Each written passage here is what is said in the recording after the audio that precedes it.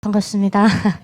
이렇게 저녁에 이 자리에 모이셔서 한 번도 본 적도 없고, 심지어 요즘 젊은 세대들은 북한을 그렇게 마음속에 두고 있지 않아요. 예, 통일을 하려는 마음조차도 없습니다. 요즘 어린 세대들은. 그럼에도 불구하고 이렇게 얼굴 한 번 본 적 없는 북한 주민들을 위해서 이렇게 밤에 철야 기도로 그들을 위해서 기도해 주신다는 것에 너무 감사드리고 뭉클합니다, 사실은. 제가 무슨 말을 어떻게 시작을 해야 좀 더 아버지 하나님의 일을 하는 데 있어서 그 전달이 바르게 될까를 고민하다가 제가 몇 자를 적어와 봤습니다. 너무 순서 없이 막 이렇게 가면 여러분들도 저 자매가 무슨 얘기를 하나 하실까봐 일단은 여러분들 모두 지금 이 자리에 초대되신 겁니다. 아멘. 네. 하나님의 초대를 받으신 분들입니다. 정말 특별한 한 영혼 한 영혼이 너무 귀하고 너무 감사드리고 또 탈북민의 입장으로서는 더 감사합니다. 예, 모든 인류를 행복하게 해주고 싶은 우리 하나님의 사랑에서 나온 초대장을 받고 이 자리에 이제 오신 분들인데요. 먼저 초대를 세 가지 정도로 나눠본다면 먼저는 포로된 이스라엘 백성들을 향한 초대장처럼 이 북한 주민들을 구원하기 위한 하나님의 초대장을 받으셨고요. 두 번째로는 예수를 통하여 구원받아야 할 세상의 모든 인류를 위한 초대장을 받으셨고, 마지막 세 번째로는 하나님을 믿는다고는 하지만 그 마음에 만족이 없는 불쌍한 영혼을 가진 사람들을 위한 초대장이다라고 이제 세 가지를 제가 적어와 봤고요. 만족이 없는 사람들이라는 말은 아마도 우리가 다 속해 있는 것 같아요. 사람의 욕심은 끝도 없고 좋은 것을 가지면 더 좋은 것을 찾아가게 돼 있고, 이런 저희가 다 똑같은 죄인인데요. 이스라엘 백성들이 세상의 복을 상징하는 우상을 숭배하고 그들의 마음속에서 하나님을 버린 순간 그들이 뭐가 됐죠? 포로가 됐죠. 북한이 지금 딱 그런 상황이에요. 분명히 평양에 먼저 복음이 들어왔는데 부흥회도 일어나고 교회들도 막 일어서다가 이제 하나님이 없어요, 북한에. 지하 교회 분들이, 지하 성도들이 정말 목숨을 걸고 기도를 하고 있는데 여러분들 주여 하고 외치실 때 그게 너무 당연하시죠? 북한 지하 성도들에게는 그 목숨을 걸고 한번 외쳐봐야 돼요. 예수 믿으세요. 이런 얘기도 할 수가 없는 거예요, 그들은.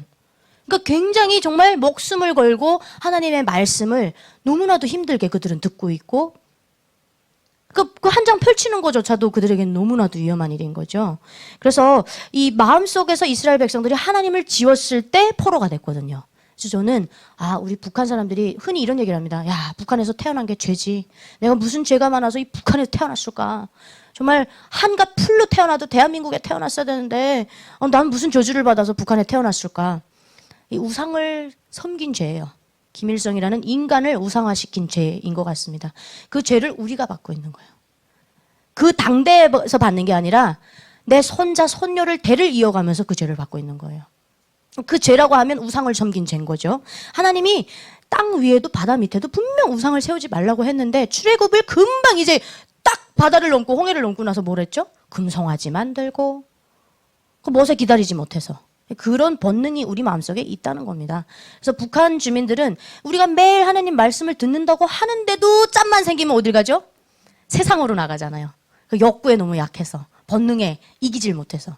북한 주민들은 그러한 진리를 접할 기회가 없다 보니까 자기들이 어떤 삶을 사는지 몰라요. 세뇌 교육에 그냥 김일성이 말하는 건 뭐든지 다 맞다라는 생각으로 살아가고 있는데요. 제가 그 해결책이 그러면 뭐가 있을까를 생각해보면 아주 간단하더라고요. 하나님을 마음속에서 지었으니까 하나님한테로 돌아오면 끝나는 거예요. 하나님한테 돌아오면 끝나는 거예요. 근데 돌아오게 하려면 말씀이 들어가야 되겠죠. 저는 대한민국에 도착하기 전까지 하나님이 그 하나님이 어디 있어.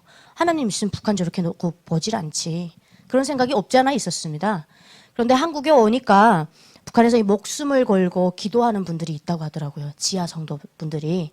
그래서 하나님은 북한을 포기하신 적이 없으시구나.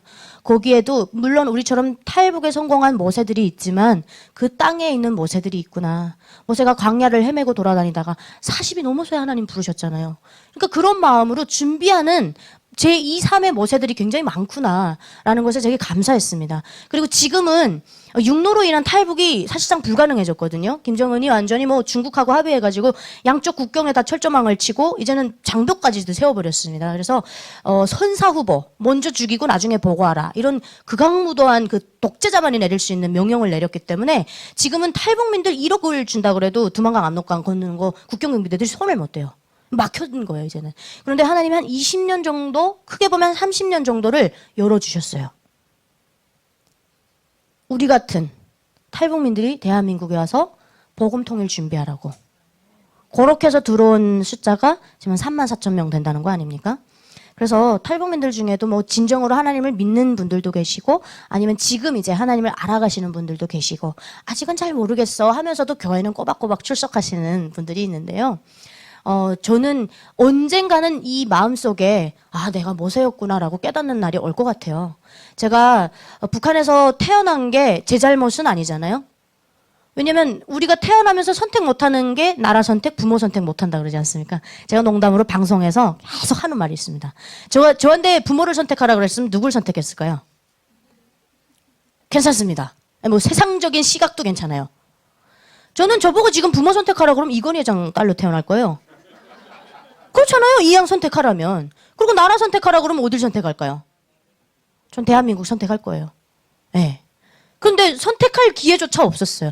그러면 이거를 인간의 생각으로 해결하려고 하고 풀어보려고 생각하면 난 무슨 저주를 받아서 그 땅에 태어났을까? 하나님을 딱 믿고 내가 하나님으로부터 구원을 받았구나라는 걸 뉘우쳤을 때야 이 또한 하나님께서 태초부터 계획하셨구나가 이제 생각이 든 거예요.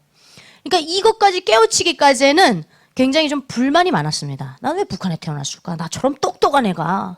대한민국에 태어났으면 내가 못해도 국회에 출퇴근하고 있을 텐데, 뭐 그런 생각을 했었어요. 아주 건방지게. 그랬는데, 그렇게 그런 거에 세상 일에 하나님 나를 쓰시려고 한 게 아니구나. 태초부터 그냥 뭔가 하나님의 일을 시키시려고 나를 북한에 태어나시게 하셨구나. 그런 생각을 했었거든요. 그래서 제가 지금 북한 주민들 마음속에 하나님이 없기 때문에 그들이 구원받는 건 다시 하나님한테로 돌아오면 된다. 이렇게 말씀드렸지 않습니까? 그래서 제가 이사야 55장 6절과 7절 말씀을 가져와 봤는데요. 너희는 여호와를 만날 만한 때에 찾으라. 때를 기다리라는 거죠. 가까이 있을 때 그를 부르라. 악인은 그의 길을 불의한 자는 그의 생각을 버리고 여호와께로 돌아오라. 그리하면 그가 긍휼히 여기시리라. 우리 하나님께로 돌아오라. 그가 너그럽게 용서하시리라. 지금은 어느 때인가? 여호와를 만날 만한 때이다. 저는 이렇게 판단을 한 겁니다. 왜 그러냐면요. 보통 사람들이 어려운 일을 겪잖아요. 그러면 내 인생 이젠 끝났다. 예를 들어 사업이 망했어요. 나 이젠 끝났구나. 난 이젠 탈출구가 없다라고 생각하시는 분들이 꽤 있거든요. 이제 인간의 생각으로 해결하려고 하시는 분들 중에. 근데 저는 자강도라는 곳에서 태어났습니다. 우리나라는 헌법상 북한을 나라로 인정하지 않기 때문에 김일성 정권에 들어와서 만들어낸 자강도, 량강도를 그들의 행정구역으로 인정해주고 있지 않습니다. 무슨 말씀인지 이해가 되셨나요? 대한민국 헌법 3조에 뭐라고 되어 있는지 아십니까?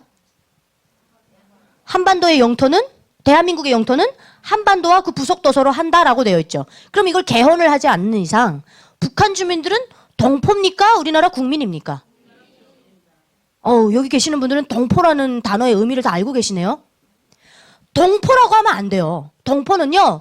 대한민국에서 태어났으나 제3의 국적을 취득한 사람들이에요. 그래서 동포라고 하는 거예요. 북한 주민들은 제3의 국적입니까? 우리나라 헌법에 놓고 볼 때 국민이거든요. 그러니까 우리가 그 국민들을 위해서 기도하는 건 어찌 보면 신앙인으로서 당연한 일입니다. 희생이 없는 신앙은요, 그건 신앙이 아니에요. 희생이 없는데 어떻게 신앙을 가질 수 있겠습니까? 이 밤에 지금 이 자리에 나와 계시는 거, 이것도 일종의 희생입니다. 남들은 이 시간에 뭘 할까요? 자든지, 드라마를 보든지, 게임을 하든지, 뭔가 딴 걸 하고 있을 거 아닙니까? 남들이 딴 거 하고 있을 때 여기 와서 지금 우리 북한에 지금 억류되어 있는 그 주민들을 위해서 기도하고 계시는 겁니다. 제가 자강도에서 태어났을 때 아버지가 북한의 그 특수부대라고 하는 스키경보여단 참모장을 하셨거든요. 저한테 아버지는 하늘이고 집이고 나라이고 전부였어요. 그랬는데 어느 날 그 스키 경보 부대니까 이 월동 훈련을 많이 나가지 않겠습니까? 자강도가 그 장진호 전투가 있었던 장진호에서 굉장히 가깝거든요. 그래서 막 마이너스 30도 떨어지는 게 평균입니다. 예. 그러니까 이 예민아이가 독종이란 얘기예요. 마이너스 30도에서 살다가 왔으니까. 한국에 오니까 뭐 강원도가 제일 춥다고 그래서 제가 한동안 적응이 안 됐어요. 북한에서 강원도는 제일 따뜻한 지역이거든요. 그래서 어죽했으면 강원도에서 했다 그러면 야, 이거 너 물닭이구나. 예, 물이라는 거예요, 물. 너무 그러니까 생활력이 없다라고 보는 거예요. 그래서 아, 너 강원도에서 왔어? 이건 물닭이 왔구나 그럴 정도로 제일 따뜻한 지역인데 한국에 오니까 강원도가 뭐래요? 제일 춥대요. 마이너스 30도에서 살다 왔으니까 얼마나 자기 단련이 잘 됐겠습니까? 그럼에도 불구하고요. 아버지가 월동훈련을 나가셨다가 손을 다치셔서 집으로 온 게 아니라 군병원으로 가셨어요. 그랬다가 제 기억에는 어렸으니까 한 1년 가까이 된 것 같은데 어쨌든 6개월은 훨씬 넘었던 것 같아요. 그렇게 해서 이제 집으로 돌아오셨을 때는 이미 이 왼쪽에 손이 절단된 상태였어요. 그때 저는 우리 집은 망했다. 나는 이젠 더 이상 어떤 특권 계층으로서 당의 은혜도 못 받겠고 장군님의 딸로서 살아가기도 좀 힘들어지겠다. 왜냐하면 북한은 이 손이 없으면 군인을 할 수가 없어요. 그래서 북한의 아무리 높은 간부라 할지라도 이 종복을 벗고 나면 그냥 끈 떨어진 호박입니다. 혈관, 그러니까 수혈이 안 되는 거예요. 우리나라는 뭐 그래도 뭐 원스타, 투스타급 되면은 뭐 전역을 하시고 나서도 펜션이라고 하는 연금이라고 하나요? 뭐 그런 게 나오는데 북한은 그런 거 없어요. 현직에 있을 때만 모든 것이 주어집니다. 살고 있는 집도 다 반납해야 되고 모든 걸 다 반납해야 돼요. 그래서 이제 아버지가 집에 의술을 하시고 돌아오셨을 때 저희 어머니가 문에 서서 그 아버지를 맞던 모습, 저 어렸을 때 저한테는 굉장한 트라우마입니다. 하늘이 무너진 것 같이 우시더라고요. 그래서 그냥 주저앉아서 저희 아버지 그 우수를 붙잡고 통곡을 하셨어요. 이제 이제 옥하니? 우리 이제 옥합니까? 그러면 저희는 그때 생각했을 때 우리 집은 망했다. 이제는 우리는 더 이상 특권 계층도 아니고 뭐도 아니다. 그래서 저희 아버지가 원래는 거기 뭐 간부였으니까 고문으로 남으라고 하더라고요. 그리고 굉장히 북한에서 말하면 엘리트 코스를 밟아서 그 자리에 갔어요. 뭐 북한에서 내노라 하는 뭐 군관학교도 가고 뭐 군사종합대학도 갔다 오고 뭐 다 갔다 왔어요. 그래서 이 겉은 화려하게 돼 있는 그런 간부였습니다. 그러니까 뭐 고문으로 있으라고 했지만 저희 아버지가 아 그렇게 안 하겠다. 나는 내 고향인 함경북도 해령시로 가겠다. 그렇게 판단을 하셨더라고요. 그래서 저희는 온 가족이 그때 당시 이제 기차를 타고 자강도에서부터 그 함경북도 해령시까지 이사를 가게 됩니다. 아버지가 전역을 하신 거죠. 이게 손이 다쳐졌으니까. 그래서 이제 그때는 아 하늘이 그냥 믿고 사는 하늘이 무너졌구나 이렇게 생각했는데 제가 아까 뭐라 그랬죠? 지금 이때가 하나님을 만날 때이다. 지금에 와서 생각해 보니까요. 저희 아버지가 이 손을 잃지 않으셨더라면 저는 국경에 나올 일이 없습니다. 제가 꿈이 뭐냐 그러면 제가 꿈이 없다라고 얘기를 하는데요. 제 간증 뭐 영상을 보신 분들은 아시겠지만 유나 씨 꿈이 뭐예요? 그러면 하나님 믿는 사람이 꿈이 왜 있습니까? 내 인생의 주인은 하나님인데 내 인생에 꿈이 어디 있습니까? 난 꿈꿔봤던 자로서 감히 얘기하는 겁니다. 제 꿈은 자강도에서 요단 참모장 딸로 쭉 살다가 평양에 어떠한 간부집 아새끼 꼬셔가지고 그 아새끼한테 시집 가는 게 꿈이었어요. 진짜라니까요. 저 나름대로 그게 성공한 삶이라고 생각했던 거예요. 평양에 간다는데 혁명의 수뇌부라고 하는 장군님이 계시는 평양에 가서 시민권자로 사는 이런 최대의 영광을 누리면서 내가 살 수 있으면 북한에서 태어난 사람으로서 갈 때까지 다 간 거다. 이런 생각으로 살았던 거예요. 근데 하나님이 저를 그렇게 두셨나요? 평양에 잘생긴 아새끼한테 시집 안 갔잖아요. 오히려 저를 다른 방법으로 남조선 아새끼한테 짝사랑 빠지게 그렇게 해놓으셨는데 제가 그렇게 해서 이제 해령으로 갔잖아요. 갔더니 저를 이제 김정숙 교원대학이라는 데를 가게 됐습니다. 대한민국은 어때요? 수능을 동일하게 다 함께 봐서 거기에서 특출난 사람들, 성적, 자기의 노력한 것만큼의 대가를 받는 그런 제도가 있죠. 북한은 그런 제도가 없습니다. 예, 부정부패 천국이기 때문에 뇌물공화국이고 예, 특권자들만 살아남는 세상이에요. 그러다 보니까 노예를 위한 교육이 따로 있고 인재를 위한 교육이 따로 있어요. 근데 그 인재가 진짜 인재일까요? 엘리트를 위한 교육이 따로 있다는 겁니다. 진짜 인재를 키워내야 되는데 집에 돈 많고 아버지 엄마가 권력이 있고 대학에 뭐 유리창이라도 하나 끼워줄 수 있는 애면 대학에 들어가는 거예요. 김일성 종합대학? 뭐 대한민국의 서울대랑 맞먹는다고요? 뭐 북한에선 그렇겠죠. 뭐 베트남이나 이런 사회주의권 나라에서는 김일성 종합대학에 유학도 오긴 하더라고요. 그런데 그 김일성 종합대학에 어떤 애들이 들어갔는 줄 압니까? 2만 불만 가져오면 프리패스 해주겠대요. 2만 불만 가져오면. 제 말을 잘못 들으시면 안 됩니다. 2만 불 있는 애들은 프리패스 넣어주는데 그렇다고 해서 2만 불 있는 사람들만 가는 게 아니라 실력이 뛰어난 인재들도 가는 게 맞습니다. 그러면 실력이 뛰어난 인재들이 와서 2만 불로 프리패스를 꽂는 아이들 보면 어떻게 해야 될까요? 야, 이거 부정입학이다. 이게 말이 되냐? 이렇게 돼야 되잖아요. 근데 오히려 그 애들이 뭐라고 하는 줄 압니까? 놔두라. 걔가 2만 불을 갖다 꽂아놨으니까 우리가 최신형 컴퓨터로 컴퓨터 사용하는 거 아니야. 무슨 말인지 이해가 됐습니까? 그래서 제가 김정숙 교원대학 갔다 그러면 야, 윤아 씨 정말 대단했네요. 아니에요. 국가가 선택하고 선발해서 그렇게 해서 가는 겁니다. 제가 공부를 뛰어나게 잘해서 물론 못하진 않았겠죠. 그런데 북한에서 좋은 대학에 추천하는 첫 번째가 뭔 줄 압니까? 출신 성분이에요. 사람이 출신 성분이 어디 있습니까? 사람의 피를 51개로 나눠놨어요. 51개로. 누가? 김정일이. 김일성 종합대학 졸업하면서. 이렇게 해놓고 51개 계급으로. 물론 이걸 한 5개로 함축해서 보면 뭐 핵심 계층, 기본군중 뭐 쭉쭉쭉쭉 있어요. 그 밑바닥으로 떨어지면 뭐가 될까요? 복잡군중. 이들은 잠재적인 범죄자 집단이라고 추정하는 거예요. 북한 내에서는. 그래서 간부로 절대 등용을 안 해요. 그러면 피도 대물림되고 권력도 대물림되고 부도 대물림되고 직업도 대물림되고 모두 대물림되는 줄 압니까? 죄도 대물림됩니다. 할아버지가 정치범이라고 해서 대대손손 정치범의 자녀예요. 이런 것에서 김정숙 교원대학에 갔다 자랑할 거리가 아닙니다. 사실은. 네. 그래서 선택돼서 갔는데 어때서 갔냐면 그때가 저는 자강도에 살 때는 거기에 군수공업지대이기 때문에 국가에서 나오는 배급이 좋았어요. 그래서 굶어 죽는 애들이 그렇게 많은 줄 몰랐습니다. 사실은. 군부대 사택에만 사니까 뭘 알겠습니까? 그런데 소고기도 나오고 돼지고기도 나오니까 북한에서 소 잡아먹으면 총살이라는 것도 몰랐어요. 저는 그때. 함경북도 해령시를 가니까 소꼬리 잘랐다고 그래서 무기징역 먹고 소가 이 꼬리를 자르면요 힘을 못 쓴대요. 근데 북한은 이 소를 군수물자로 분리가 되어 있거든요. 그러니까 소 하나 잡아먹으면 탱크 하나 없앤 거랑 똑같은 겁니다. 군수물자기 때문에. 그러다 보니까 소 꼬리 잘랐다고 그래서 무기징역 들어가고 소를 3명에서 잡아먹었다고 3명을 다 그냥 아예 공개 총살 시킨다고 하더라고요. 그러니까 이런 정도일 줄 몰랐던 거예요. 그리고 제가 장마당에 가면 4살 막 3살 이런 애들이 5살 한글도 못 쓰는 애들이에요. 그런 애들이 와서 이렇게 이 치아하고 눈만 하얘요. 그런 애들이 와서 제가 국수를 먹고 있으면 이렇게 손을 내밀어서 그거 좀 달라는 거죠. 이렇게 비는 거예요. 음식을 비는 거죠. 그래서 이제 그때 많은 사람들이 지방에서 굶어 죽어 나가고 있구나. 그런 걸 알았고 강가에 어떤 친구가 그러는 거예요. 강가에 나가면 아기가 버려져 있대요. 그래서 지금 울고 있대요. 그래서 저희가 뛰어가 봤어요.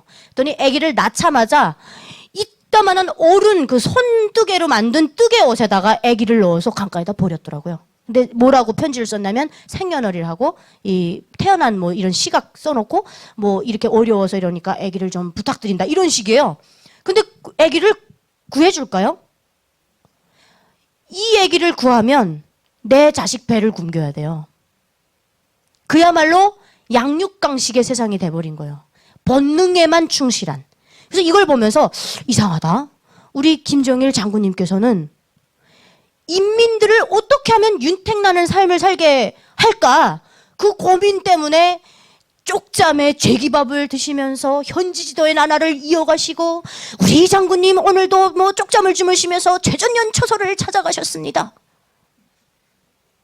그런데 꽃제비들은 득실득실 하는데 장군님만 배 나오잖아요.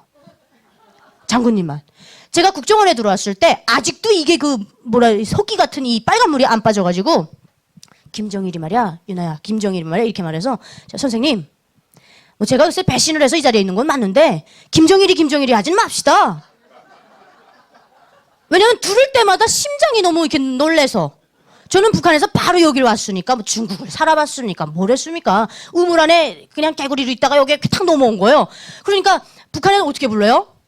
우리 인민의 수령이시며 당과 조국의 뭐 수령이시고 경애하는 장군님이시고 앞에 수식어가 엄청 붙죠. 그나마 김정일은 좀 짧았어요. 친애하는 지도자. 처음에는 경애하는 지도자. 그 다음에 최고사령관 농지. 근데 앞에 국가 뭐 이런 거 붙긴 해요. 근데 계속 김정일이 하니까 그게 너무 싫었던 거예요. 그래서 김정일이 하진 맙시다 그랬더니 그분이 안 되겠다. 내가 너 책 하나 갖다 줄 테니까 그거 읽고 그다음엔 우리 조사 시작하자. 그래서 책을 하나 갖다 줬어요. 그 책이 뭔지 압니까? 후지모토 겐지가 쓴 김정일의 요리사라는 책이었습니다. 제가 그때서야 이 쪽잠의 죄기밥이라고 하는 이 죄기밥이 우리가 말하는 주먹밥이 아니라 후지모토 겐지가 그 자리에서 싸줬던 초밥이구나.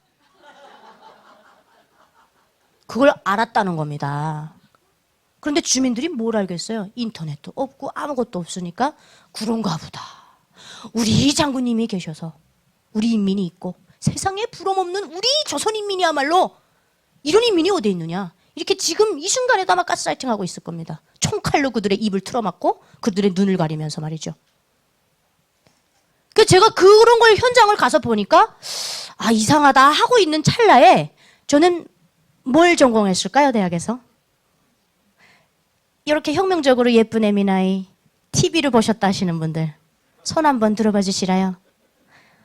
사회생활 잘하시는 분은 한 분밖에 없구만요. 네. 저를 TV로 보신 분들은 아실 겁니다. 제가 음악을 전공했어요. 교원학부 안에 음악과예요. 그러면 뭘 하는 거냐면 요걸 졸업하고 나오면 인민학교 아이들, 그러니까 초등학생들한테 콩나물 대가리를 가르쳐 주는 거예요. 요건 2분 서리표예요. 4분 서리표예요. 이런 거. 그러면서 이제 그들을 음악으로 세뇌시키는 겁니다. 그래서 북한에서는 교사들을요, 혁명의 나팔수다 이렇게 부릅니다. 왜? 대를 이어가면서 그들의 정권을 위해서 세뇌시키는 역할을 제일 앞에서 한다는 겁니다. 어릴 때부터. 우리 장군님께서는 이렇게 하면서. 그래서 제가 이제 교원학부 들어가서 음악을 탁 하고 있는데 대한민국에 와서 보니까 남북한이 통일된 것 중에 하나가 딱 있는 게 뭔 줄 압니까? 뭘까요, 여러분? 이미 통일됐어요. 음악은 통일 안 됐어요. 북한은 주체 음악을 하거든요. 뭐가 통일됐냐면 남북한의 어머니들의 치맛바람이 통일됐어요. 대한민국만 스카이캐슬이 있는 게 아닙니다. 북한의 어머니들도 장난 아니에요. 제가 언제 뭐 바이올린 배우겠다고 했겠습니까? 저희 어머니가 갖다가 집어던지면서 오늘부터 유나 바이올린 배우라. 인간으로 태어났다면 음악을 알아야 돼. 그래서 맞아가면서 배웠습니다. 저는 죽지 않기 위해서 바이올린을 했어요. 바이올린을 배울 때는 항상 어느 순간에 불시에 선생님이 손이 잡히는 게 날아올 것을 항상 생각해서 사곳에다 머리가 달려 있어야 됩니다. 날아오는 물체도 피할 수 있는. 그 정도로 선생님들이 체벌이 강해요. 바이올린 활도 막 꺾어져 나가고요.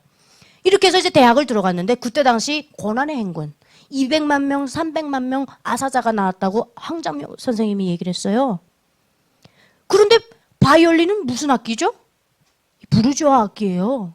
프로레타리아 혁명을 하는 북한에서는 있을 수 없는 악기거든요. 왜? 북한은 어떤 악기 필요할까요? 기타, 아코디언, 전기 필요 없는 거, 스피커 필요 없는 악기들이 필요한 거예요. 바이올린은요, 날씨 타죠. 날씨가 더워지면 줄이 풀렁 풀어집니다. 날씨가 추워지면 줄이 팽팽해져요. 이런 부르주아 악기를 누가 배웠겠습니까? 그래서 야 오라 도레미파솔라시도만 해도 들어갈 판이었어요. 그런데 계급성 높게 장군님의 딸이다 이래가지고 대르리어 충성을 다하려면 독주곡을 하고 들어갔어요. 그렇게 해서 들어가서 공부를 열심히 하고 있었는데 제일 친한 친구가 가야금을 하는 친구였거든요. 북한도 마찬가지로 예체능하는 집안들은 다 잘 사는 집안들입니다. 그래서 오더니 윤아야 나하고 같이 남조선 드라마 같이 보지 않을래? 그러더라고요. 남조선이라는 얘기는 안 했고 아랫동네 드라마 같이 보지 않을래? 그랬어요. 그래서 제가 어머나 야 너무 고맙다 야 같이 보자 얼른 그랬을까요? 처음엔 너무 기분 없어가지고 야 이게 나를 어떻게 보고 막 이런 거 있잖아요. 그래서 제가 막 버럭버럭 소리죠. 동무 말이야! 아버지 장군님의 딸이 돼가지고 어떻게 그딴 개소리를 내 앞에서 하냐고. 야 그거 있잖아 남조선 괴뢰도당들이 우리 공화국을 선전머략 압살하기 위해서 만들어놓은 쓰레기 같은 영상물이야 그거. 근데 그거 지금 나보고 같이 보자기래? 이렇게 소리를 지른 거예요. 그랬더니 이 친구가 저를 이렇게 머리 끝부터 발끝까지 이렇게 쫙 훑어보더니 하는 말이 그 함경도 사투리입니다. 엄마나 뭐 저리 하야? 나는 막 동물이야! 뭐 이렇게 혁명적으로 했잖아요. 근데 뭐 저리 하야? 니 지금 시기가 어느 때인데 장군님을 부르지니? 그래서 제가 속으로는 솔직히 말하면 야, 이 개 같나? 여기 막 나오는 거예요. 어떻게 장군님한테 그런 말을 해? 그래서 이걸 제가 그대로 토시 하나 안 바꾸고 그대로 대학교 당비서 동지한테 갖다 신소만 하지 않습니까? 얘네 집안은 3대 멸족이에요. 북한이 그 정권을 유지하기 위해서 공개총살도 정치에 이용해 왔는데 공개총살하는 첫 번째가 뭔 줄 압니까? 최고 존엄 모독죄입니다. 김정일 앞에 수식어가 붙는데 수식어 빼고 김정일이 아까 TV에 나왔는데 이렇게 하는 거 총살이에요. 그들을 신격화시켜놨기 때문에. 근데 시기가 어느 때인데 장군님을 부르지니 그랬잖아요. 그 자기 장군님 부르지 않겠다는 거 아닙니까? 그래서 가는 길 험난해도 웃으며 가자. 장군님이 가시는 길이라면 무조건 따라가겠다. 이런 정신만 강하던 저에게는 완전히 이건 완전 용서할 수가 없죠. 그래서 이제 가서 신소하리라 하고 딱 가려고 하다가 보시다시피 에미나이가 완전히 바보는 아닙니다. 순간적으로 어떤 생각이 딱 드냐면 야, 이거 뭐라, 이동무가 이거 피를 나는 부모 형제도 같이 안 본다는 아랫동네 드라마를 나보고 같이 보자 그러네. 저는 그때 당시 왕따 아닌 왕따였어요. 예를 들면 야, 어쩐지 밥 먹자, 가자 막 이러고 있는데 동무들 안녕하십니까? 저는 자강도에서 왔고 뭐 어째서 이렇게 됐습니다. 이렇게 하니까 대학교의 선생님들, 제대군인 오빠들, 그러니까 우리는 11살, 12살 차이 나는 분들이랑 공부를 했거든요. 우린 직통생들, 그들은 제대군인들. 이분들이 저를 예뻐한 거예요. 말씨가 곱다고. 엄마, 나 텔레비전, 조선중앙 텔레비전에서 나오는 말을 한대요, 제가. 뭐, 교수님, 위생실 다녀와도 되겠습니까? 이렇게 얘기를 하는데, 함경도 사람도 그냥, 선생님, 변소 다녀와도 됩니까? 이렇게 얘기를 하는 거예요. 그러니까, 같은 남자 입장으로서, 교수님, 위생실 다녀와도 되겠습니까? 이렇게 말하는 여자랑, 변속관 다녀와도 되겠습니까? 이렇게 하니까 좀 신기한 거예요, 제가. 그래서 좀 때 아닌 그 뭐라 해야 될까요? 이런 좀 관심을 받게 되더라고요. 그래서 그게 싫어서 입을 닫고 살았어요. 무슨 말만 하면 모여두니까. 동물원의 원숭이처럼. 그래서 이렇게 입을 딱 다물고 살았댔는데 그 친구가 다가와서 저한테 아랫동네 드라마를 같이 보자고 했다는 것에 너무 감사했던 거예요, 사실은. 그래서 동무 그렇게 자신 있어? 그러니까. 그 집, 걔가 화교집이었거든요. 3세 화교집. 그러니까 부모들은 이렇게 중국에 사사여행으로 들어가는 집이었어요. 그 돈이 많았죠. 그래서 하나만 딱 보래요. 하나만. 니 있잖니. 하나만 보면 충분하다. 그래서 진짜 하나만 보면 충분한 줄 알고 하나를 봐버렸어요. 잘못 봐버렸습니다. 성승원 오빠를 봐버렸어요. 성승원 오빠를 보고 어떻게 하나로 충분합니까? 제가 원래 그 동무 보고 가져라 할 땐 가져라, 내가 비판적인 시각으로 봐줘왔어. 남조선 계례도당들이 만들어놓은 그 상업 드라마, 돈밖에 모르는 걔네들이 만들어놓은 거 내가 네 정신 상태를 바꿔주겠어 이렇게 했는데 딱 보고 나니까 야, 그래서 오게 된 거야. 누가 진짜 부모야? 그 다른 거 가져라 이렇게 됐겠죠. 그러니까 이 친구가 너 아까 하나만 보겠다 하지 않았니? 가져라, 또 보자. 이렇게 해가지고 제가 받는 용돈을 거의 가을 동화 보는데 다 썼던 것 같아요, 그때. 그리고 다 보고 나니까 계속 생각나는 겁니다. 계속. 그래서 또 보자. 그랬더니 목욕탕집 남자들, 순풍산부인과, 첫사랑, 또 뭐 있더라? 이브의 모든 것, 뭐 이런 거. 그래서 쭉 보다 보니까 하나 가지고는 안 되는 거예요. 제가 이제 중독이 돼버린 거예요. 그래서 이제 교실에 이렇게 가지 않습니까? 클래스에 딱 가면 교수님은 앞에서 뭐라고 막 강연을 하시는데 저는 제 머릿속에 야, 어떻게 남자가 좋게 잘생겼지? 이 생각밖에 없어요. 그리고 꿈을 꾸면 성승원 오빠하고 계속 데이트하는 꿈을 꾸는 거예요. 그러니까 상사병에 걸린 거예요. 여러분, 통일은요, 정치적으로 접근하면 절대 안 돼요. 그런데 이 성승원 오빠들 같은 사람 풀어버리면 돼요. 그래서 제가 꿈을 꾸면 계속 성승원 오빠가 꿈을 꾸고 은서야 어서 가자 이렇게 그 성에게 업고 가잖아요. 유나야 남조선으로 가자 이렇게 들리는 거예요. 그래서 제가 냉정하게 판단했어요. 내가 이 상태로 쭉 살다가는 나도 모르는 사이에 내 입에서 남조선 말씨가 튀어나오고 사람이 모르는 것 숨기기보다 아는 것 숨기기가 1000만 배 힘듭니다. 아는 걸 숨기기가 정말 힘들어요. 그래서 나는 어느 순간 나 때문에 온 가족이 정치범 수용소에 가서 앉아있겠다. 그런 생각이 들었어요.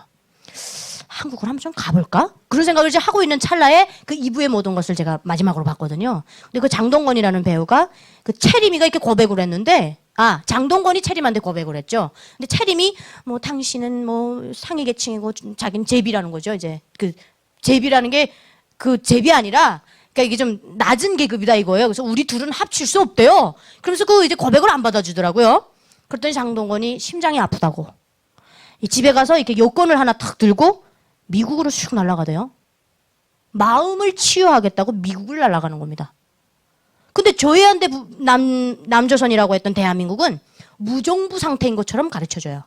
미국 놈들의 식민지로 살고 있고 때문에 우리는 빼앗긴 남쪽 세상을 어떻게 찾아야 된다.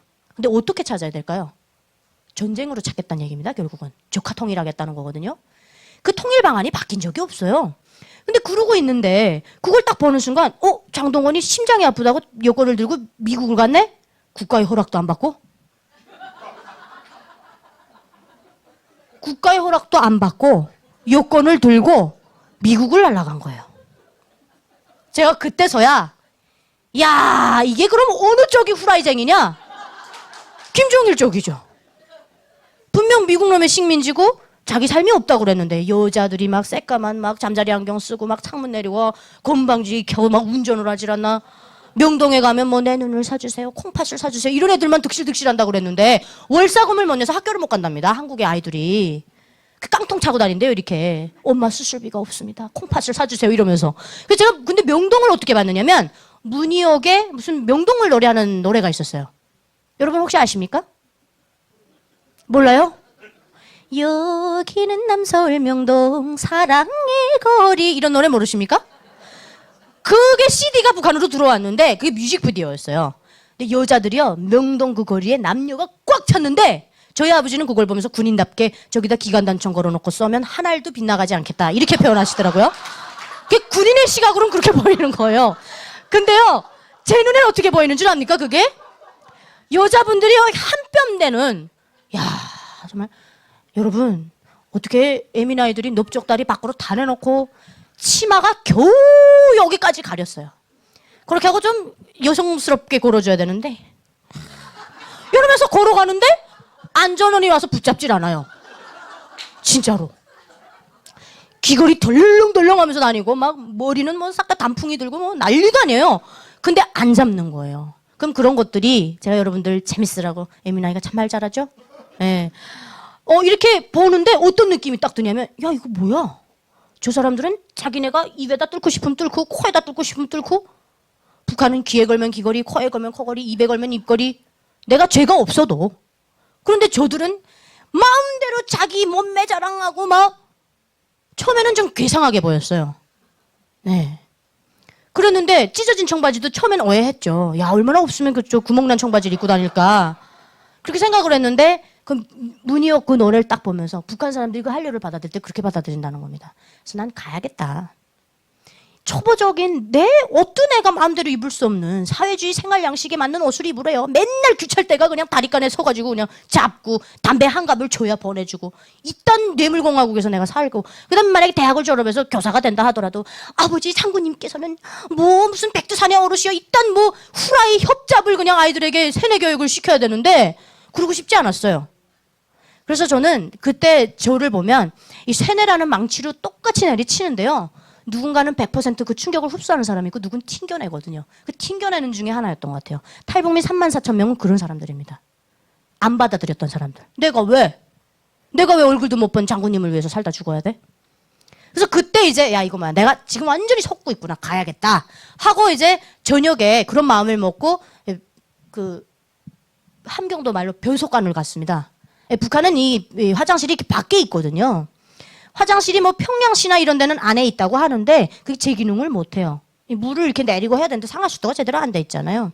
거기다가 보니까 저 친척 집에 갔을 때 보니까 그 화장실에다가 보니까 그냥 짐을 쌓아놓고 있더라고요. 그걸 쓰질 않더라고요. 그래서 내려가서 이렇게 공중 화장실 보는데 시골은 대부분 이렇게 밖에 있습니다. 그래서 그 화장실을 이렇게 보러 갔는데 나무로 돼 있으니까 그 변속관 그 위에 그 판자를 다 뜯어간 거예요. 도적놈이 뗄감이 없어서. 그래서 별나게 하나더라고요. 전기도 안 들어오는데 이렇게 볼일 보려고 딱 앉았는데 화나다. 그러고 딱 들어봤는데 그때가 1월 대보름 때였어요. 이때만한 달이 거기가 이렇게 탁 걸쳐 있는데 그걸 보면서 저도 모르게요. 하나님, 저 남조선 좀 가게 해주십시오. 그러면 앉아 계신 하나님을 어떻게 알았지? 북한에서 하나님 얘기하면 총살인데 어디서 알았을까요? 그렇죠. 드라마가 아주 그냥 제 삶을 송두리째 바꿔버립니다. 아침밥에 밥을 차려주고 저녁에 밥을 차려주니까 차려준 엄마한테 고마워하지 않고 어디다 감사하죠?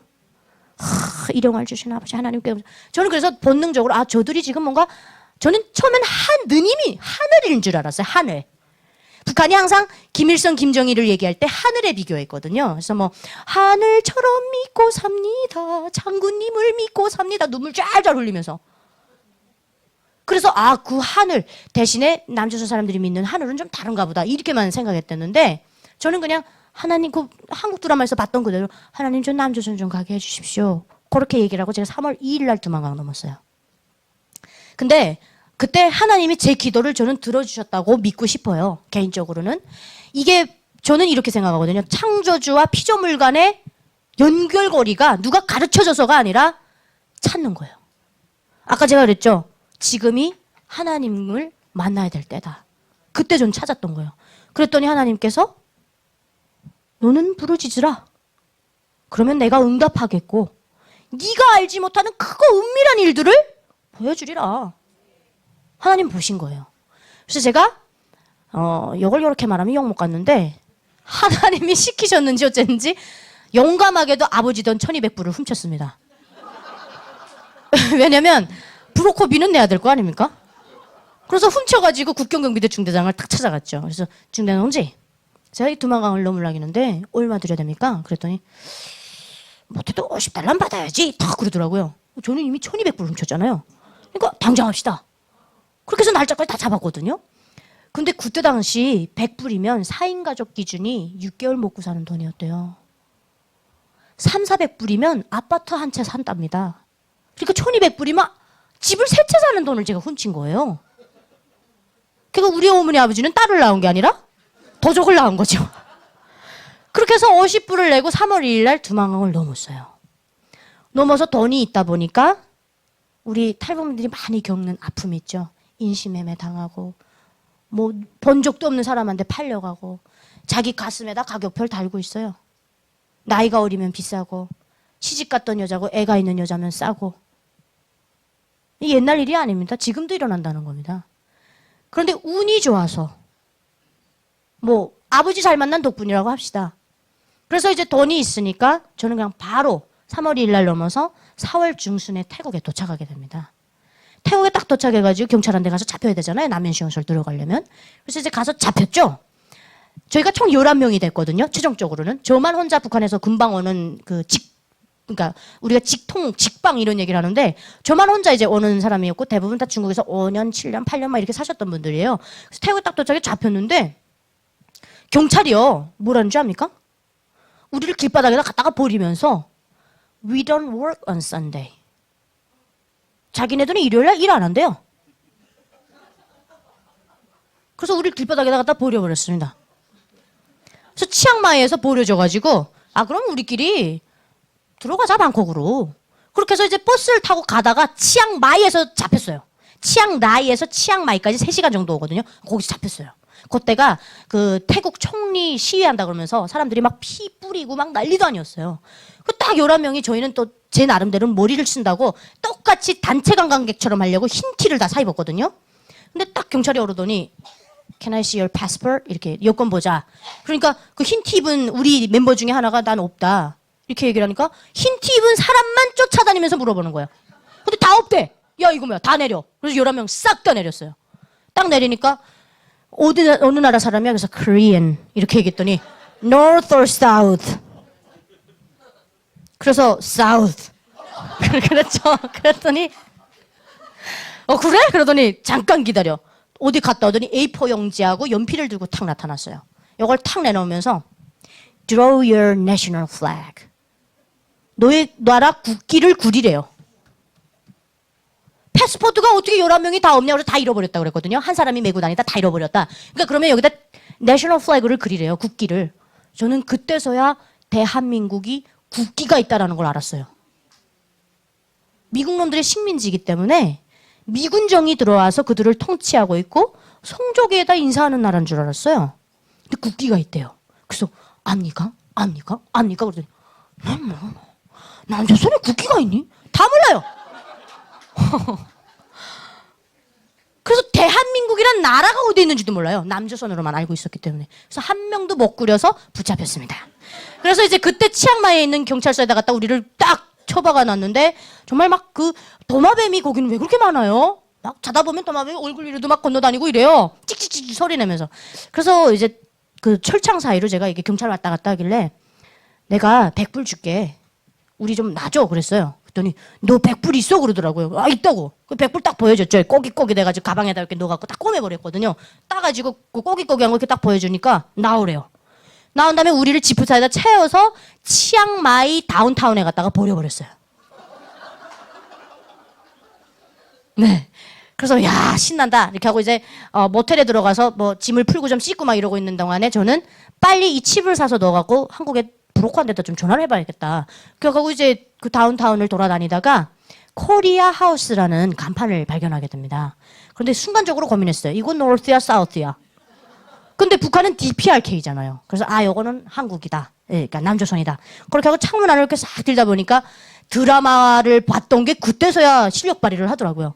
청담동 사모님 그 올림머리 스타일 있잖아요. 이렇게 해서 이렇게 탁 해서 이렇게 찢게 딱 찢고 그런 분이 이렇게 하면서 서빙하고 다니더라고요. 그 안에서. 야 이거는 남조선 아줌마다. 그렇게 하고서 이제 들어갔어요. 들어갔더니 안녕하세요. 이렇게 하니까 어디에서 왔어요? 그러더라고요. 그래서 저희 막 말을 못하고 막 이러고 있다가 자강도에서 왔습니다. 그랬죠. 자강도에서 왔습니다. 그랬더니 자강도가 어디예요? 그래서 순간 고민하다가 평양은 아십니까? 그랬더니 북한에서 왔어요? 막 그러는 거예요. 그래서 그때서야 저는 조선이 북한인 줄 알았습니다. 그래서 조선에서 왔습니다. 그러니까 조선을 모르는 거예요, 이분도. 그래서 이제 몇 명이냐, 11명이다. 나와라. 그래서 밥을 다 해먹이고 그분이 막 인터폴 부르고 뭐 난리도 아니었어요. 우리 도와줘 보려고. 근데 인터폴이 와가지고 안 되는 한국말로 뭐 미국에 친척이 있습니까? 뭐 이런 거 물어. 일본에 친척이 있습니까? 근데 다 없다 그러니까 버리고 가더라고요. 그래서 그 사장님이 그러면 방콕 가자. 이왕이면 교회를 가자. 저는 제 탈북의 처음과 끝이 하나님의 계획이라고 보는 거예요. 그래서 제가 막말로 응가하다가 나 남조선 가게 해주세요. 그래서 갔잖아요. 그랬는데 그분이 저희를 그 옷을 다 벗기고 새로운 옷을 사입히고 5명, 6명 다른 버스에 태워갖고 보냈어요. 방콕으로. 치앙마이에서 방콕까지요. 밤새 달립니다. 태국이 이렇게 고구마같이 생겼거든요. 그래서 끝에서 여길 내려오기 때문에 한참을 달려야 돼요. 오는데 잡힐까봐 걱정되니까 5명, 6명 갈라태운 거예요. 사장님이. 그랬는데 저희가 초소를 통과할 때마다 장대 같은 비가 그냥 그야말로 그냥 쏟아 부어요. 그러니까 안에서 뭐라는 줄 압니까? 가래요. 안 나오겠대. 그래서 통과됐습니다. 그리고 방콕에 새벽에 도착했는데 우리 앞에 출발한 팀이 먼저 와 있었고 저희까지 내리고 이구지구 그야말로 뭐 난민도 이런 난민이 없죠. 막 더운데 4월 달이면요 여러분 이렇게 앞에 사람 머리에 아지랑이 피어납니다. 그런데 막 밥도 제대로 못 먹고 막 이러고 돌아다니는데 저쪽 옆에서 이제 어떤 남자분이 여러분 이쪽으로 건너오라는 거예요. 그래서 이렇게 딱 보는데 우리 그 멤버 중에 한 분이 저 새끼는 남조선 아새끼다 그러더라고요. 그래서 어떻게 알았습니까? 그러니까 야 얼굴 봐라 개기름이 번지를 하지 않니? 그래서 믿고 넘어갔어요. 근데 선교사님인 거예요. 방콕 한인교회에서 이 사장님이 전화를 해가지고 그분이 나왔던 거예요. 그래서 우리를 할렐루야 우리를 길바닥에서 주수신 거예요. 이분은 누가 딱 봐도 저 북한 사람 이마박에 딱 써붙이고 있거든요. 의심이 많아서 막 그냥 눈이 그냥 반들반들해요 막. 그러니까 넘어오라 그래서 갔더니 저희를 데리고 교회에 딱 데리고 갔는데 그때서부터 정말 악몽을 꾸는 그런 삶이 시작이 된 거죠. 들어가자마자 의자에다 앉혀놓고 알아듣지도 못한 말로 쫙 있으면 어떻게 해서 막 주님의 자녀들이 이 자리에 와 있는데 아버지 하나님께서 이들을 막 무슨 말 하는지도 하나도 모르겠어요. 그러더니 이제 저희를 숙소에다 갖다 놨는데 이젠 괜찮겠지. 새벽 5시만 되면 깨우는 거예요. 그래서 너무 짜증이 나가지고 우리끼리 저 선교사 새끼들이 우리를 밥 먹여갖고 살찌워가지고 피 빼서 팔아먹으려는 거 아니야? 왜? 북한에서는 선교사가 아이들의 간을 파먹고 피 빨아먹고 뭐 떨어진 과일을 과수원에 사과를 주워 먹었다니 청강수력에다 도적하고 새겼다는 거예요. 그런 교육을 받아보십시오, 여러분. 세뇌가 그래서 무서운 거예요. 근데 계속 먹이는 거 보면 잘 먹여요. 그러니까 야 이거 왜 이러는 거야. 근데 5시만 되면 진짜 도살장에 끌려나가는 소들 마냥 그러고 막 가는 거예요. 가면 다 자요 쿨쿨. 그럼 또 와서 깨워요. 일어나라고. 그렇게 하더니 어느 날은 1대1로 하나님의 말씀 교육이 들어온다는 거예요. 그래서 야, 난 이거 잘못됐다. 내가 20년 동안 김일성, 김정일, 김정숙 혁명 역사를 배운 것만 해도 억울해 죽겠는데 내 아버지 어머니 생일은 기억 못해도 1912년 4월 15일 만경대 초가집에서 우리 태양처럼 김일성 수령님께서 탄생하셨다. 이런 것만 배우다 왔지 않습니까? 그랬는데 뭐 태초에 뭐 하나님이 우주를 창조하시고 뭐 이런 얘기를 하니까 다 그냥 이것들 또 뭐야 막 이렇게 보이는 거죠. 그렇게 해서 이제 저를 맡았던 선교사님이 신상태 선교사님이었어요. 지금 이제 그 방콕 한인교회 담임 목사님이 되셨는데 제가 한 10일은 좀 안 됐고 한 8, 9일 전에 그분을 만났어요. 18년 만에. 그래서 제가 그분을 만나면서 물어봤어요. 목사님 그때는 아주 쌩쌩한 청각 같은 선교사였는데 이젠 아이 아버지가 됐다고 들었습니다. 그러니까 애가 셋이라고 그러시더라고요. 저 기억하시겠습니까? 그러니까 기억난대요. 왜 기억하십니까? 그랬더니 워낙 출중하셔서 잃어버릴 수가 없었대요. 계속 질문하는 거예요. 하나님은 누가 만들었나요? 또 언제 만들어졌어요? 어떻게 생겼어요? 말하나요? 영어 하나요? 한국말? 질문이 끊기지 않아. 이상한 아이였던 거예요. 이 똘끼충만한 아이. 그래서 너무 가르치기 힘들었던 거예요. 그럼에도 불구하고 어쨌든 6주 프로그램을 다 통과를 하고 마지막에 안수기도를 딱 해주신다고 목사님이 기도를 딱 하시는데 제가 이상한 걸 경험했어요. 눈을 뜨라 하는데 눈을 못 뜨겠어요. 앞에서 불덩어리가 너무 이글이글 타가지고 눈을 뜨면 그 빛과 함께 제 눈이 멀어버릴 것 같았어요. 그래서 막 못 뜨고 있는데 뒤를 돌아보래요. 뒤를 이렇게 돌아보니까 금가루를 뒤집어 쓴 사람의 형체 3개가 딱 보였고요. 온 세상이 금가루가 뿌려져갖고 그렇게 반짝일 수가 없어요. 그리고 딱 어떤 마음의 느낌, 귀에는 저는 그게 들려준단 말이에요. 뭐라고 얘기하는 것 같으냐면 앞만 보고 가라. 뒤돌아보지 말라. 근데 전 뒤돌아보지 말라 여기에서 통곡을 할 수밖에 없었어요. 제가 탈북할 때요. 새벽 4시에 집을 이렇게 혼자 빼꼼히 생쥐 새끼 마냥 이렇게 나오다가 저희 어머니한테 뒷덜미 딱 잡혔거든요. 근데 저희 어머니는 제가 막 삶은 계란을 까먹고 막 이런 걸 보고 이미 유나가 먼 길을 떠나려고 하는구나라는 걸 눈치채셨대요. 북한은 먼 길 떠나고 탈북할 때 삶은 계란을 이렇게 까가지고 통째로 이렇게 씹어먹는 그런 미신이 있습니다. 하나님이 없기 때문에 미신이 판을 치거든요. 그래야 계란처럼 따르륵 굴러간대요. 그래서 삶아 먹는 거예요. 그래서 제가 떠나기 전에 한 3일 전부터 그걸 열심히 삶아 먹었거든요. 근데 이런 잔반 처리가 좀 안 됐어요. 그래서 저희 어머니가 그걸 받고 제가 노란자이를 안 먹습니다. 분명 삶은 계란은 있는데 노란자이가 없는데 이걸 통째로 삼겼다. 이건 가겠다는 거잖아요. 그래서 저희 어머니가 이제 눈치채고 딱 잡혔는데 앞서라 이렇게 얘기를 해서 그 새벽에 이제 저희 어머니랑 저랑 터벅터벅 그 길을 걸어 내려왔댔거든요. 그때 저희 어머니가 이 옆에 딱 왔을 때 저한테 물어보시더라고요. 유나 너 중국 갈라 그러니? 이렇게 물어봤어요. 그래서 제가 대답을 못했습니다. 그랬더니 너 기면 남조선 갈라 그래? 그래서 또 대답을 못했어요. 그렇게 툭툭 그 비포장도로에 돌멩이에 막 차이면서 그렇게 해서 해령역에 딱 도착을 해서 제 기차에 딱 올라타려고 할 때 우리 엄마가 앞전에 무슨 말씀을 하시냐면 우리 은하는 대나무 같은 아이였다고. 어머니가 좀 이렇게 훈육하려고 이렇게 구부려 보다 보면 꺾어줬대요 저는. 그래서 굉장히 나 너 키우면서 힘들었어. 딸 하나밖에 없는 거 되게 힘들게 키웠다. 이런 말씀하시면서 가라. 네가 원하는 곳에 가는데 모험이 없는 인생의 변화는 없다. 가래요. 그래서 우리 은하는 빨갑에 껴놓고 바윗돌 위에다 올려놔도 1000년을 살아남을 아이라는 거 엄마는 믿어 의심치 않는다. 네. 그래서 이제 그런 말씀을 하시면서 유나야 엄마가 내 다리를 지금 당장 부러뜨려서 집에다 앉혀놓을 수 있어. 근데 엄마가 봐도 이 나라엔 비전이 없어. 저희 어머니는 대대손손 인테리 집안, 교육자 집안의 자녀입니다. 그래서 굉장히 충성심이 높은데 그런 얘기를 하시더라고요. 그러면서 이 나라에 비전이 없으니까 가라. 대신에 너 죽지 않고 가겠다는 약속을 해라. 잡혀 나오지 말라.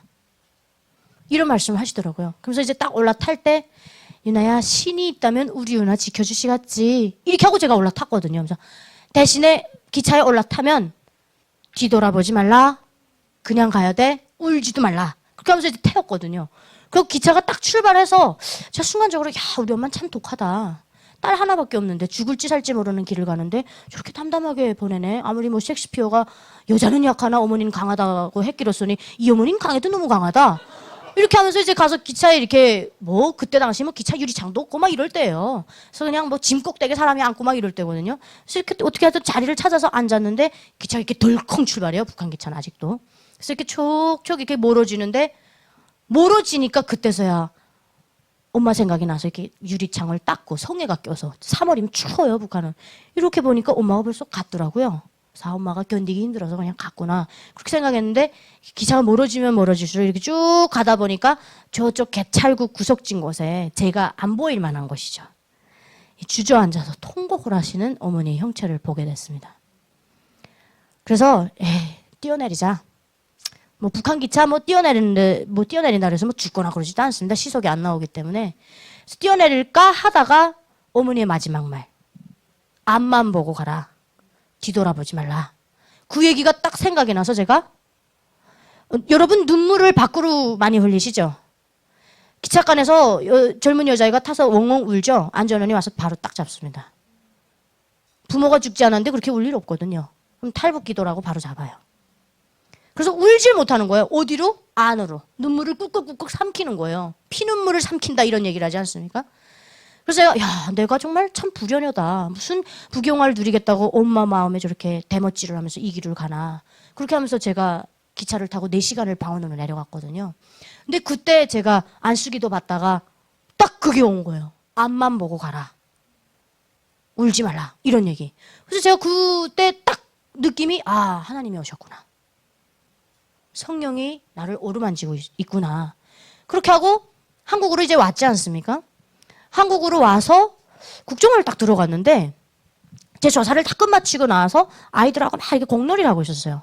근데 4층에 창문이 이렇게 쑥 열리더니 유나야 하는 거예요. 너무 익숙한 목소리여서 이 목소리 뭐지? 기분 나쁜데? 그렇게 하고 이제 딱 돌아봤더니 저희 아버지가 4층 그 높이에서 저를 이렇게 내려다보면서 야 유나야 하는 거예요. 제가 너무 깜짝 놀라가지고 무릎을 딱 꿇었어요. 아버지 죽이지만 마십시오. 따라가겠습니다. 나는 저희 아버지가 절대 탈북할 사람이 아니라는 거 너무나도 잘 알아요. 오히려 날 죽이러 오면 죽이러 왔겠죠. 그랬는데 아버지가 전 난생 처음 우리 아버지가 이렇게 막 군인들 앞에다 놓고 참모장동지 부대는 뭐 어떻게 참모장동지에게 보고해 정렬했습니다 하면 저는 뒤에서 제가 참모장인 것 마냥 이렇게 있었거든요. 그러니까 산 같은 존재였다 이런 얘기입니다. 근데 그런 아빠가 울먹이는 목소리로 야 우리 유나 살아있었구나. 아버지가 제 목소리를 듣고 알아본 거예요. 그러면서 걱정하지 말라. 잘 있다가 나오면 보자. 우리 이제부터 여기 살 거야 이러더라고요. 그래서 제가 와 우리 아버지도 저런 사람이었나? 나중에 알고 봤더니 이 처우에 관한 문제 있지 않습니까?